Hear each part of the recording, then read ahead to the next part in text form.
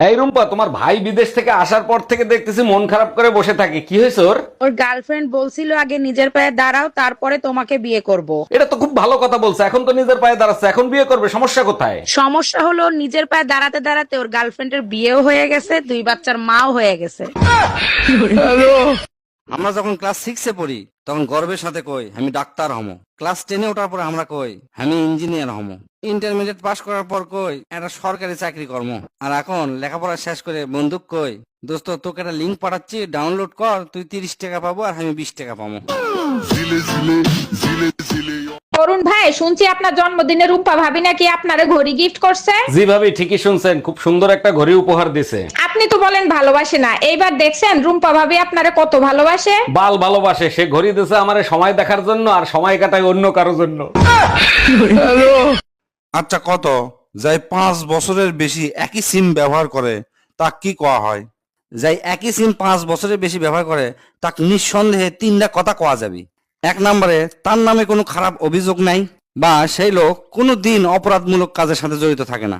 2 নম্বর হচ্ছে তাই credit card defaulter লয়, অর্থাৎ ব্যাংকত কোনো তার ঋণ নেই, খালি ব্যাংকই কেউ তার কাছ থেকে কোনো টাকা পয়সা পায় না। আর 3 নম্বর হচ্ছে তার পরিচিত বন্ধু বান্ধব সবার কাছে তাই বিশ্বস্ত, কোনো সিটার বাটপার লয়, একসাথে 4-5টা প্রেমও করে না।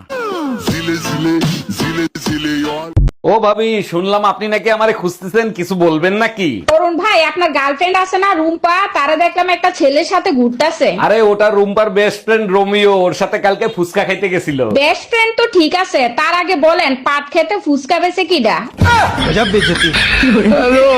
আচ্ছা, ওয়াইফাই কিভাবে কানেক্ট করব? সেটিং এ যাও, গেলাম। উপরে দেখো। কি দেখা যাচ্ছে? ফ্যান। জ্বলে যাও। অরুণ ভাই, রুম্পা ভাবির সাথে কি আপনার ডেট হইলো? ভাবি ডেট হইছে, তার সাথে কথা বলে বুঝলাম তার সাথে মনে হয় আমার সম্পর্ক টিকবে না। অরুণ ভাই, অবশ্যই টিকবে। এরপর যখন দেখা করতে যাবেন দামে দামে চকলেট নিয়ে যাবেন। চকলেট তো আমিও দিতে চাইছিলাম, কিন্তু শালির বেটি ছাগলের মতো পান চাবায়। আচ্ছা ভাই, এত বড় লাইব্রেরি কয়দিন ধরে দেখিচ্ছি আপনি খালি বই খুঁজিচ্ছেন, আসলে কি বই খুঁজিচ্ছেন না কন্ত? ভাই, একটা বই খুঁজিচ্ছি কিন্তু এখন পর্যন্ত পাইনি। কি বই নাম কন্ত? আমি এই লাইব্রেরির লাইব্রেরিয়ান, কোন বই কুটি আছে সব আমি কভার পারি। বউকে বোঝার বই। ভাই, এই বই খুঁজতে খুঁজতে আমি এই লাইব্রেরির লাইব্রেরিয়ান হয়ে গেছি, এখন পর্যন্ত খুঁজে পাইনি।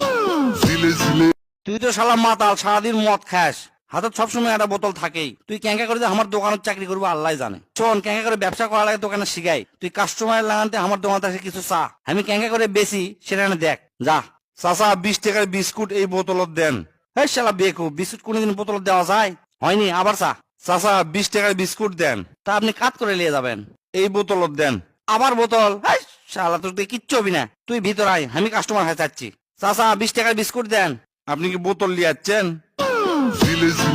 এই তাড়াতাড়ি বাজারে গিয়ে 2টা ইলিশ মাছ নিয়ে আসো, আমার ভাই আসছে। বলো কি, তোমার ভাই আসছে কখন? কই, আমি তো দেখলাম না। তা দেখবা কে? তোমার চোখে তো ছানি পড়ছে, সোফার উপরে বসে আছে, ভালো করে দেখো। তাড়াতাড়ি লাইট জ্বালাও, তোমার ভাই যে ফর্সা, অন্ধকারে কি দেখা যায়?